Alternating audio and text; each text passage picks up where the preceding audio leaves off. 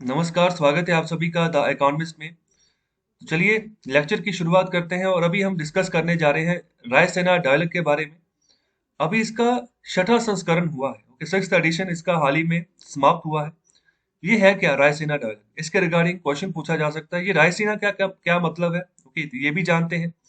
और इस डायलॉग का क्या मतलब है, क्यों होता है ये डायलॉग, ओके, तो ये होता क्या है, तो ये सब चीजें हम अभी डिस्कस करने जा रहे हैं। चलिए लेक्चर की शुरुआत करते हैं। तो रायसेना डायलॉग जो है ना, ये एक तरीके की कॉन्फ्रेंस होती है।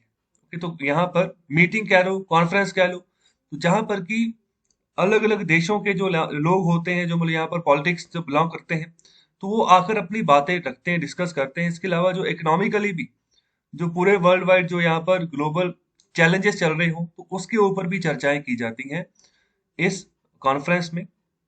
और इसके अलावा और भी जो ज्यादातर जो यहाँ पर चैलेंजिंग इश्यूज होते हैं, उनके ऊपर बातचीत होती है, जो कि ग्लोबल कम्युनिटी फेस कर रही होती है। और हर साल इसको इसको जो है इस कॉन्फ्रेंस को हेल्ड किया जाता है। तो यहाँ पर अलग अलग देशों के जो पॉलिटिकल लीडर्स हैं, बिजनेस लीडर्स हैं, मीडिया लीडर्स हैं, और सिविल सोसाइटी के और जो यहाँ पर जो पर्सनैलिटीज हैं वो भी आती हैं। ओके, न्यू दिल्ली में हर साल ये डिस्कशन होती है, ये कॉन्फ्रेंस होती है। और इसके अलावा जितने भी यहाँ पर state of the world and और जो अपॉर्चुनिटीज निकल कर आती हैं, उनको यहाँ पर कोशिश की जाती है कि अपॉर्चुनिटीज को यहाँ पर ग्रैब किया जाए। चाहे इंडियन यहाँ पर जो है कॉन्फ्रेंस को सुन रहे हैं, चाहे जो बाहर के जो लोग आए हैं वो यहाँ पर बैठे हैं, तो दोनों तरफ से यहाँ पर व्यूज को एक्सचेंज किया जाता है। ओके, तो और जो यहाँ पर इंपॉर्टेंट मैटर्स होते हैं, तो उनके ऊपर कॉपरेट करने की भी बातचीत की जाती है कि कल को जो सोल्यूशन हमने किसी मुद्दे के ऊपर निकाला, तो आपस में कॉपरेट भी करना है, तो फ्यूचर में भी कॉपरेट करते रहना है।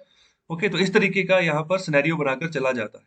तो ये एक मल्टी स्टेक होल्डर डायलॉग होता है। ऐसा नहीं है कि सिर्फ यहाँ पर पॉलिटिक्स के रिगार्डिंग ही लोग बैठते हैं, बिजनेस के रिगार्डिंग ही लोग बैठते हैं।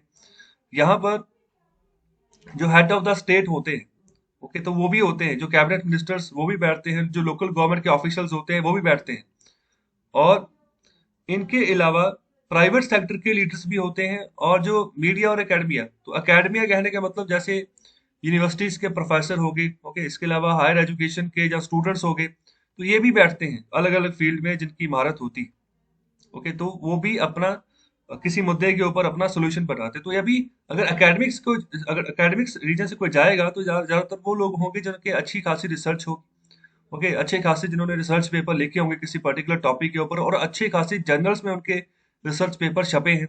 ओके, तभी वो अपनी बात भी रखेंगे कि हम इस एनवायरनमेंट के मुद्दे, सपोज करो एग्जांपल के तौर पर एनवायरनमेंट का मुद्दा है, तो उसके ऊपर अच्छे से हम फोकस कर रहे हैं।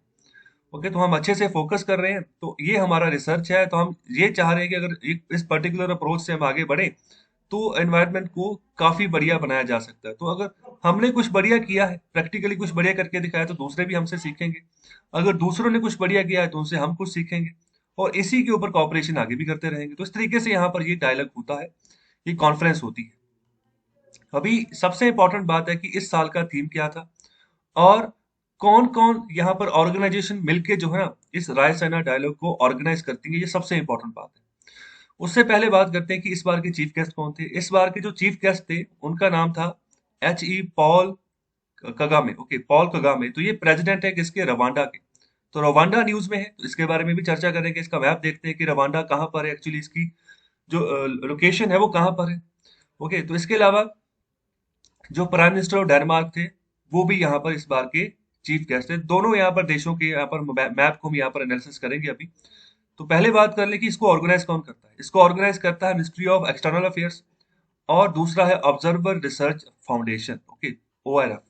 तो ये दोनों दोनों की दोनों ऑर्गेनाइजेशन मिलकर जो है ना इसको ऑर्गेनाइज करती हैं। ओके, तो अभी 13 से 16 अप्रैल 2021 के बीच में ये अभी चल रही है डायलॉग। ओके, तो अभी 15 तारीख आज हो गई है, तो अभी भी चल रही है ये। ओके, तो 2-3 दिन ये चलती रहती है। तो इस साल का जो थीम है वो है viral world, outbreaks, outliers and the out of control. तो ये थीम है इस साल का। ये क्वेश्चंस में पूछा जा सकता है, इसके बारे में आपको पता होना चाहिए। और अभी बात करते हैं कि रायसेना हिल क्या होती है। ओके, तो रायसेना हिल, देखो ये जो शब्द का इस्तेमाल करते हैं ना, अगर आपने गणतंत्र दिवस की परेड देखी हो, तो वहां पर जब कमेंट्री की जाती है ना, तो वहां पर रायसेना हिल ये शब्द इस्तेमाल किया जाता है। तो ये रायसेना हिल क्या क्या, तो यहाँ पर ये ना ये शब्द हम इस्तेमाल करते हैं कहाँ पर, किसके लिए। गवर्नमेंट ऑफ इंडिया की एक यहाँ पर जगह है, मतलब एक एरिया जहां से गवर्नमेंट ऑफ इंडिया ऑपरेट करती है, मतलब जहां पर काफी सारे जो है ना इंपॉर्टेंट बिल्डिंग्स हैं, गवर्नमेंट बिल्डिंग्स हैं। जैसे राष्ट्रपति भवन हो गया, जहाँ पर जो हमारे प्रेसिडेंट का जो रेजिडेंस होता है वो हो गया। इसके अलावा जो सेक्टर्ड बिल्डिंग होती है जहाँ पर प्राइम मिनिस्टर का ऑफिस होता है। इसके अलावा जो कुछ जो इंपॉर्टेंट मंत्रालय हैं उनका यहाँ पर ऑफिस होता है। ओके, तो वो यहाँ पर जगह पड़ जाती है इस एरिया में। इसके अलावा जो हमारी पार्लियामेंट है वो भी है। ओके, और जो इंडिया गेट है और जो राजपथ है ये भी है। तो राजपथ क्या है, इंडिया गेट क्या है, ये तो आपको पता होना चाहिए। फिर भी थोड़ा सा मैं इसके बारे में आपको बता देता हूँ। तो ये देखिए, इस पिक्चर में देखिए, ये सामने आपको राष्ट्रपति भवन नजर आ रहा है। ओके, तो ये सड़क है, ये जो सीधे जाएगी राष्ट्रपति भवन की ओर। ओके, तो यहाँ पर थोड़ी सी ऊंचाई आती है, तो जब यहाँ से ऊंचाई आती ना, तो ये वाली साइड आ जाती है, इसको हम बोलते हैं साउथ ब्लॉक। ओके, तो ये राइट वाला साइड जो आ जाता है, ये आ जाता है, इसको हम बोलते हैं नॉर्थ ब्लॉक। ओके, और जो साउथ ब्लॉक होता है ना, यहीं पर प्राइम मिनिस्टर का ऑफिस होता है, और यहीं पर डिफेंस मिनिस्टर का ऑफिस होता है। ओके, और जो ये नॉर्थ ब्लॉक आ जाता है, यहीं पर फाइनेंस मिनिस्ट्री का ऑफिस होता है, और यहीं पर होम मिनिस्ट्री का ऑफिस होता है। तो ये यहाँ पर चार ऑफिस यहाँ पर इसी इन्हीं दो ब्लॉक्स में रहते हैं। तो जहाँ से भारत की गवर्नमेंट जो है ना ऑपरेट करती है, प्राइम मिनिस्टर ऑफिस यहाँ से ऑपरेट होता है। ओके, तो ये सामने राष्ट्रपति भवन, यहाँ पर हमारे प्रेसिडेंट रहते हैं, उनका भवन है। तो ये इसके जो बिल्कुल ऑपोजिट जब जाओगे ना, ये मतलब सीधे यहाँ से जाओगे तो आपने देखा होगा गणतंत्र दिवस पे जो परेड निकलती है, तो यहाँ से इसी रास्ते से आगे जाती है। ओके, आगे वाला यहाँ पर पोर्शन, तो इसके आगे क्या है, इसके आगे इंडिया गेट आ जाएगा। बिल्कुल राष्ट्रपति भवन के ऑपोजिट जब देखोगे तो आगे जाकर इंडिया गेट आता है। ओके, तो वो भी इसी यहाँ पर जो है रास्ते का, यहाँ पर रायसीना हिल का हिस्सा है। तो ये जो पथ आप देख रहे हैं ना, राष्ट्रपति भवन से लेकर इंडिया गेट तक, ओके, तो ये इसको बोलते हैं राजपथ। तो ये राजपथ है। और ये जो नॉर्थ ब्लॉक है ना, तो इसी के साइड यहाँ पर थोड़ी सी आगे जाकर यहाँ पर आती है पार्लियामेंट ऑफ इंडिया। ओके, तो ये पूरा का पूरा एरिया है जिसको हम रायसेना हिल के नाम से भी जानते हैं। ये वाला भी हम शब्द इस्तेमाल करते हैं इसके लिए।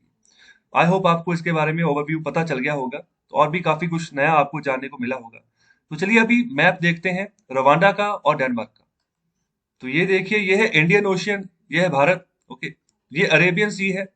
रवांडा पड़ता है अफ्रीकन कॉन्टिनेंट में, ये सारा का सारा ये अफ्रीकन कॉन्टिनेंट है। तो यहाँ पर इस लोकेशन पर यहाँ पर है रवांडा की लोकेशन एक्चुअल में। ओके, तो ये वाला जो एरिया है ना, ये रवांडा का है। ओके, ये अलग से ये देश है, इसके साथ ही एक और देश है बुरुंडी करके। ओके, तो आपको बेसिकली ये चीज पता होनी चाहिए कि सबसे पहली बात तो रवांडा को यहाँ पर कौन कौन से देश बॉर्डर टच करते हैं। तो एक तो बुरुंडी हो गया, दूसरा देखें ये ऊपर वाली साइड ये युगांडा आ गया। ओके, युगांडा के बिल्कुल नीचे है रवांडा, नीचे वाली साइड बुरुंडी है। ये वाली साइड जो है ना, ये वाला एरिया पूरा ये तंजानिया का एरिया है। Okay, Tanzania. और ये वाला जो एरिया ये कॉन्गो का है। Okay, democratic Republic of Congo, DRC. Okay, तो ये चार मुल्क हो गए जो इसके साथ बॉर्डर टच करते हैं। इसके अलावा देखो इसके आसपास कोई इंपॉर्टेंट लेक है। ओके, तो ये इसके बारे में भी आपको पता होना चाहिए। तो ये देखिए लेक कीवू। ओके, तो लेक कीवू, इसकी कुछ टेरिटरी रवांडा के पास है, कुछ टेरिटरी जो है वो डेमोक्रेटिक रिपब्लिक ऑफ कॉन्गो के पास है। ओके, लेक कीवू, ये पता होना चाहिए आपको। और दूसरी और भी देख लो, यहाँ पर है लेक इहिमा। ओके, लेक इहिमा, तो ये यहाँ पर कुछ इंपॉर्टेंट एरियाज हैं जिसके बारे में आपको पता होना चाहिए। तो इसकी लोकेशन आपको पता होनी चाहिए।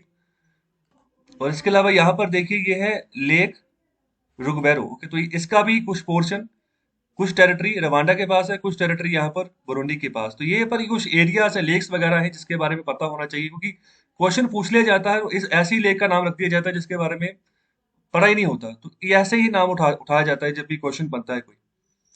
और अभी देखते हैं हम डेनमार्क को। लेकिन इससे पहले ये भी देख लें, ये लेक विक्टोरिया ये सबसे बड़ी लेक है। ओके, अफ्रीकन कॉन्टिनेंट में। तो इसके बारे में भी थोड़ा सा देखें, इसको भी कौन कौन से देश बॉर्डर टच करते हैं। युगांडा करता है, एक कीनिया करता है, और एक तंजानिया करता है। ओके, तो ये इंपॉर्टेंट है लेक विक्टोरिया। और अभी अफ्रीकन कॉन्टिनेंट से थोड़ा ऊपर जाओ, ऊपर जाओगे ये यूरोप शुरू हो गया। यूरोप में यहाँ पर लोकेशन है डेनमार्क की। ये आपको बाउंड्री एरिया यहाँ पर नजर आ जाएगा, ये सारा का सारा डेनमार्क है। इसकी कैपिटल क्या है, इसकी कैपिटल है कोपनहेगन, यहाँ पर पड़ती है वो। ओके, कोपनहेगन इसकी कैपिटल है। ओके, तो ये भी पता होना चाहिए कि इसके आसपास क्या क्या चीजें हैं। इसके आसपास ये किसको बॉर्डर टच कर रहा है, ये जर्मनी को बॉर्डर टच कर रहा है। ओके, इसके अलावा और किसी देश को इसका यहाँ पर लैंड बाउंड्री इसकी नहीं है।